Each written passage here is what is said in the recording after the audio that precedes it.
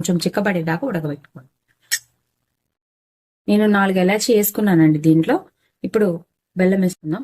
నేను బెల్లం వేసుకుంటున్నాను. సన్నమాట పెట్టుకొని ఉడకబెట్టుకుందాం. అయితే ఈ బెల్లం కొలత ఎలా అంటే మనం ఇప్పుడు ఏంటంటే కొలత తీసుకోలేదు కాబట్టి మనకి కొంచెము ఎల్లో షేడ్ వస్తుందండి. ఎల్లో షేడ్ మంచిగా ఎల్లో షేడ్ వస్తేనే బెల్లం సరిపోయినట్టు.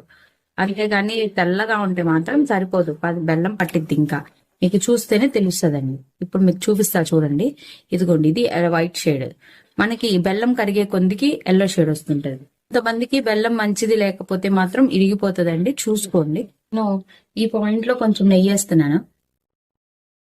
నెయ్యి వేసుకోండి, మంచిగా ఉడకబెట్టుకోండి, కలిదిప్పండి. ఇంకా బెల్లం అంతా కరిగిపోయిన తర్వాత మనము వేయించుకున్న జీడిపప్పు వేసేసుకుందామండి. అంతే, అదిగోండి కమ్మటి పొంగలి రెడీ అయిపోయింది. ఈ వీడియో కనుక మీకు నచ్చినట్టయితే ప్లీజ్ లైక్ చేసి, షేర్ చేసి, సబ్స్క్రైబ్ చేసుకోండి.